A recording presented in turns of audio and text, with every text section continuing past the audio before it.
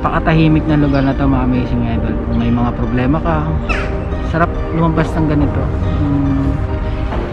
Sarap mag-relax sa ganitong kagandang lugar.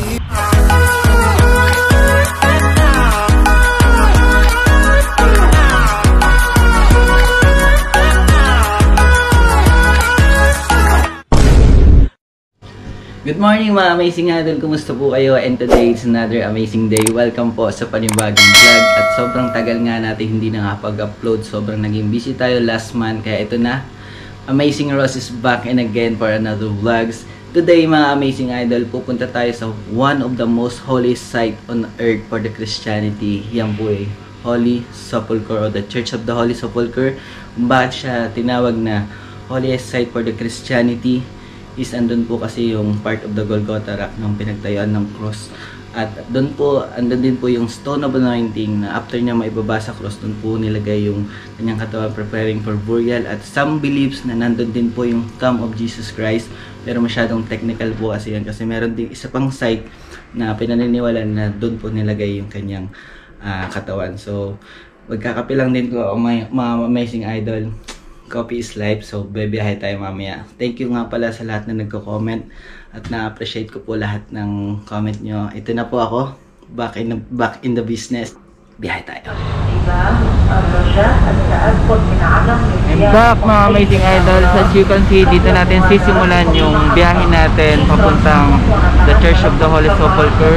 Nandito po tayo sa labas ngayon ng the Central Bus Station. Yun po yung Central Bus Station. So, nandito po ako ngayon sa station na city train papuntang Damascus Gate or something, papuntang doon, hindi ko alam. So yung nasa likod ko is train station din yan, pero yan is papuntang Tel Aviv.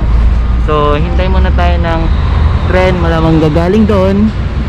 Yan nakikita nyo. And from dito mga 5 stations siguro papunta doon sa municipality na bababaan natin.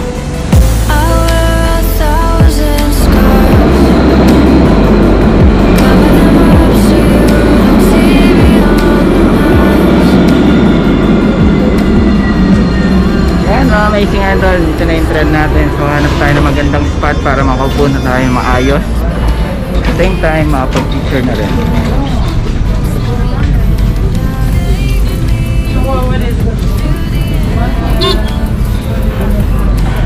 Press natin maayos. Yan. Hanap tayo magandang spot. Magandang spot ito. Ramadi na rin. Mga siguro mga 5 station lang, andun na tayo sa punta natin, then maglalakad tayo papunta tayo mga yung Daily.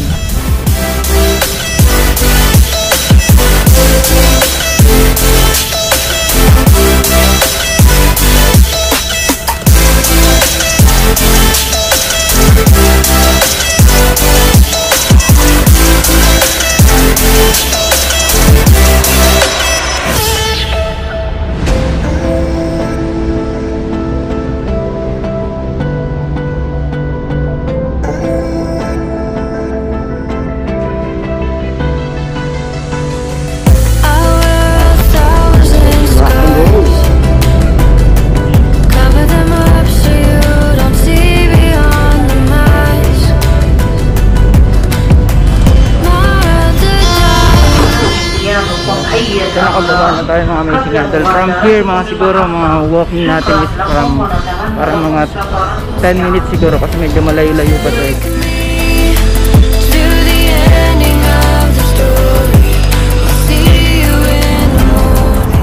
So dito na tayo mga amazing idol. Dito na yung way papuntang Joppa Gate. So dito natin isimulan yung lakad natin papunta dun sa Joppa Gate.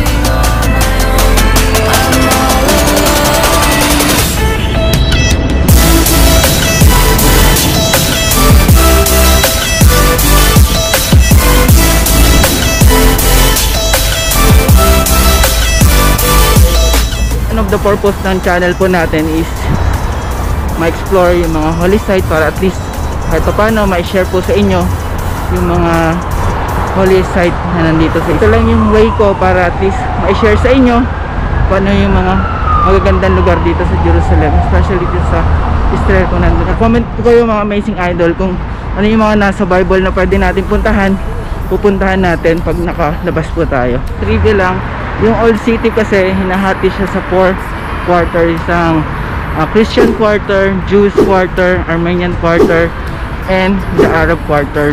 So pag may time tayo, explore natin yung 4 na quarter na yan, pero at the same time is pupunta muna tayo ng the Church of the Holy Sepulchre kasi yun yung mission natin today, mga amazing idol, na may special ko kayo dun sa pinaka-holiest site on earth na matatagpuan dito sa Old City of Jerusalem.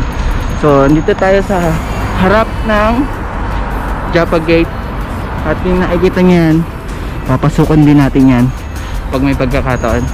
Yan po yung tinatawag nilang the David Tower. So let's roll na tayo, mga amazing idol, kasi nagpaalam lang din ako kay Lola na 2 hours na lalabas ako kasi today is Friday, maraming gagawin at ang tagal ko na rin hindi nakakasimba, kaya ito, nagpaalam ako sa kanya na magsimba at the same time may special ko na rin po kayo. Let's go.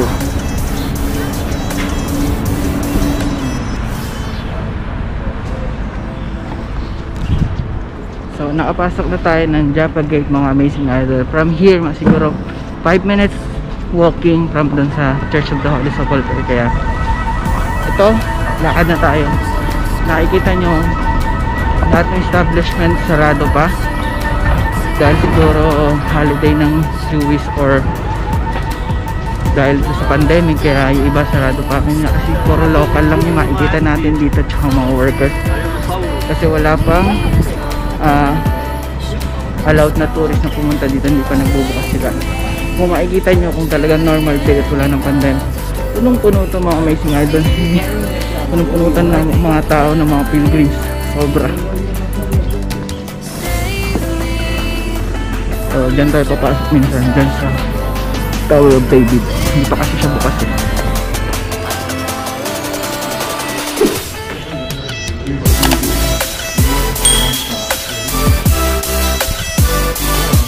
Dito kayo kakaliwa, mga amazing idol. May nakalagay naman siya talaga.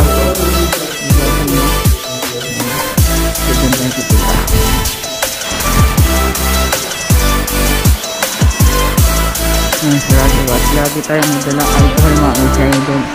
Always stay safe, lagi tayo mag-alcohol ng kamay natin every time na lalabas tayo. So meron tayong lagyan ng alcohol dito at in-spray natin yan lagi sa kamay natin after natin pababa or something na may hinawakan tayo, para always safe. Yan, mga amazing idol, andito na tayo sa the Holy Sepulchre, kaso merong sad kasi sarado siya. So hindi natin natansya kasi nga dahil sa pandemic, sarado daw siya ng Friday, Saturday and Sunday. So anyway, hindi naman dito natatapos yung vlog po natin. Ikot-ikot na lang tayo dito sa Old City. Hindi man tayo nakapasok dito sa loob ng Holy Sepulchre, pero Monday try natin ulit. Life is beautiful, always optimistic lang tayo, mga amazing idol. Ito po tayo dito sa loob ng Old City, at least kahit paano maitoy ko na rin po kayo.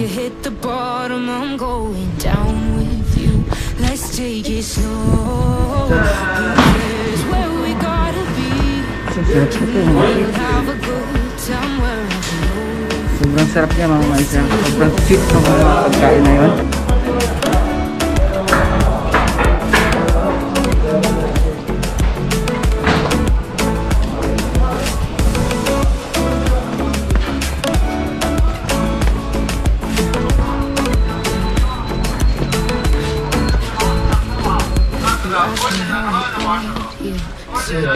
So, para tayo nasa Divisoria, mga amazing idol, na dito yung pinaka bilihan nila sa Damascus Gate. Ito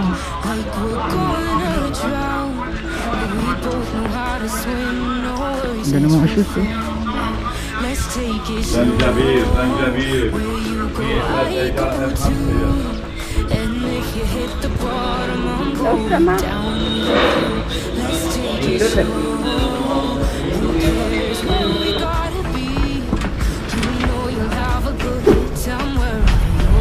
Yan, ito ay sa Damascus Gate.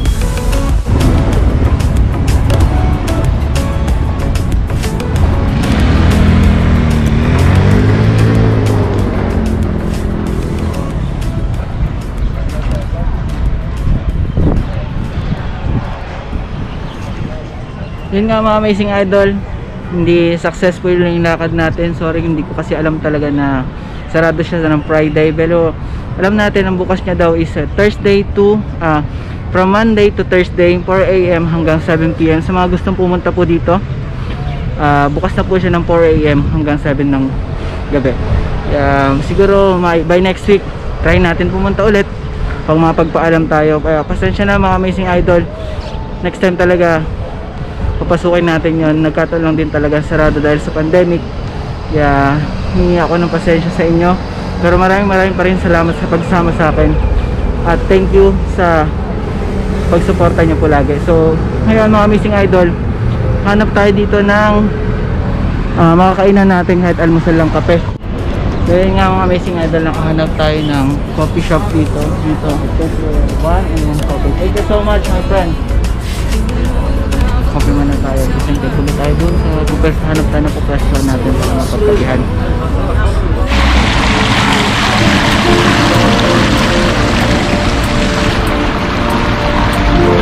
Nakakuha na tayo ng coffee natin, tayo coffee dito. At nakahanap na rin tayo ng the best spot para mag-coffee. Feeling ko nasa Pilipinas ako, nasa Sapa o nasa Ilog para mag-relax. Inyo, sobrang relaxing, tunog ng tubig, tapos nagkakapila. Sobrang nakaka-relax, nakaka-admire. Although hindi man tayo nakapasok sa pupuntahan natin ng Church of the Holy Soul, the best thing pa rin maging optimistic tayo palagi sa mga buhay natin. Hindi yung mga plan natin is hindi talaga nagkaka, pero keep grinding pa rin, push natin yung mga pangarap natin. At the same time, maabot din natin pagka may mga struggle talaga sa bawat lakad natin. Hindi talaga nagiging perfect, pero maging positive lang tayo lagi mga amazing idol. Kaya coffee tayo, sweet coffee is life. At meron din ako dito sa tinapay. So tapos na ito, babalik na tayo sa trabaho natin. Kain tayo mga amazing idol.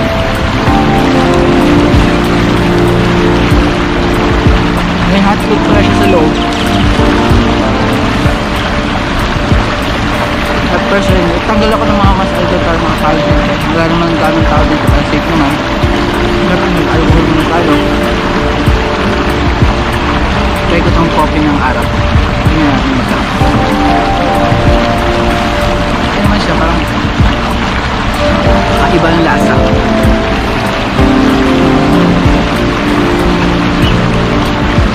Sobrang nakaka-relax yung lugar dito. Dito sa labas ng Damascus area. Yung bus na yan, yung bus station na yan is papunta po yan ng Bethlehem sa Arab area, kasi nakita nyo white. So hindi siya sa parang papunta ng Palestine po yan. So plan ko sana pumunta ng Bethlehem para sa Christmas syempre, kaso dahil sa pandemic sarado pa, mahirap din ang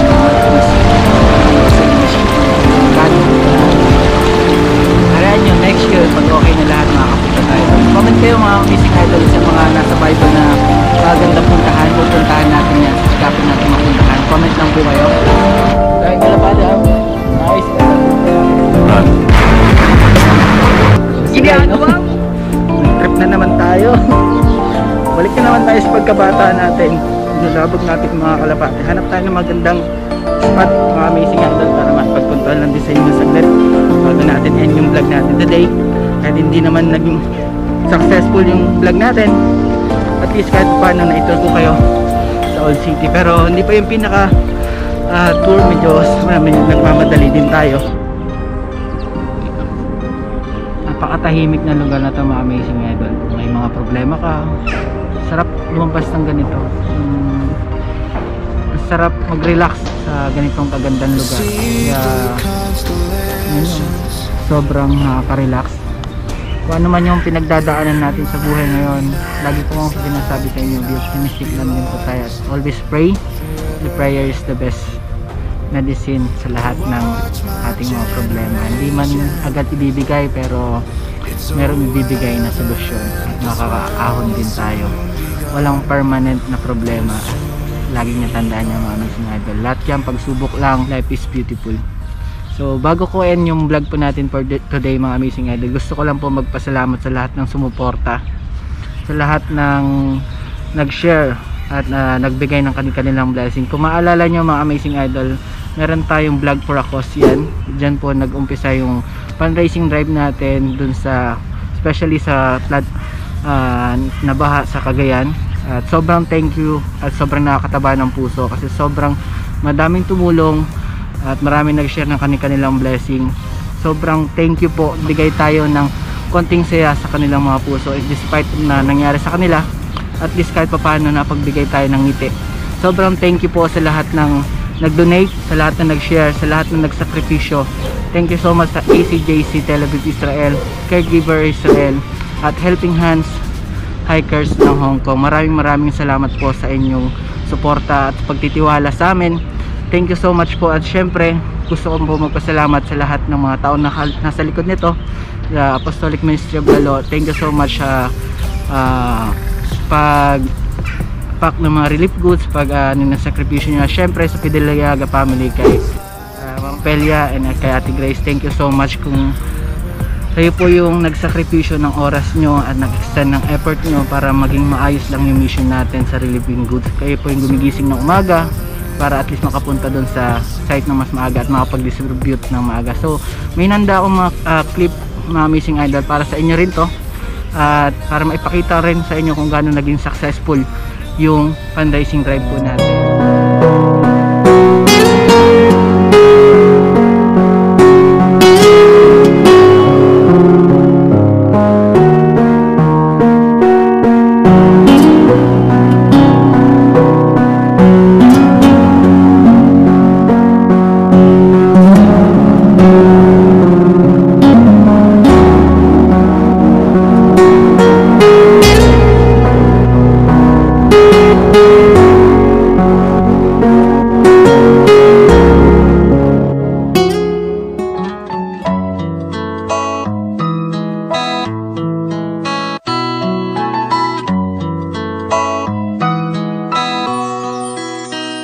Ilugmok man tayo ng bagong pagsubok, mga puso natin di mapapagod.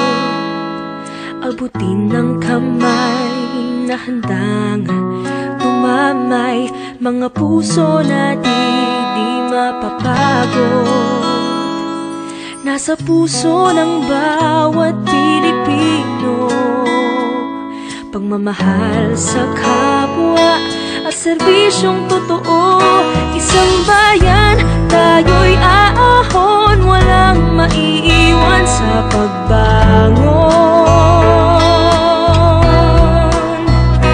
Isang lakas, isang pag-asa patungo sa bagong umaga.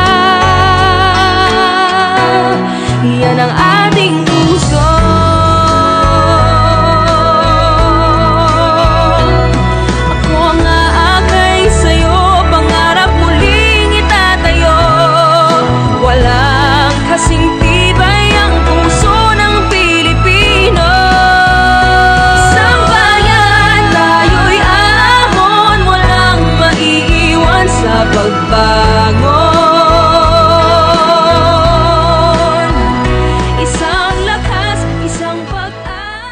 So nakita niyo yung clip mga amazing idol, sobrang nakakataba ng puso, sobrang overwhelming. Ang sarap maging Pinoy kasi sa lahat ng sa mga ganitong mga kalamidad or something, dyan lumalabas yung pagiging Pinoy natin, pagiging matulungin natin, pagkakaisa natin. Sobrang thank you. Shout out sa ACJC Tel Aviv Israel, shout out sa Helping Hand Hikers ng Hong Kong, at syempre sa Caregiver Israel at sa lahat ng tumulong behind the scene. Maraming salamat po. Kung hindi po dahil sa inyo, hindi magiging successful yung mission po natin. At thank you so much. At sa lahat po na nag-donate at nag-share ng kanilang blessing, maraming salamat po. God bless you all and God bless your good heart as well your family. Dito muna natin end yung vlog po natin mga amazing idol. Kung bago ka lang po at napadaan po dito, nagustuhan mo yung video na to, please click mo na rin po yung like and subscribe, and click mo na rin po yung notification bell para updated ko po sa mga susunod na vlog po natin. So life is beautiful mga amazing idol, just stay calm and be optimistic. Nothing is impossible. See you in the next vlog. I love you all.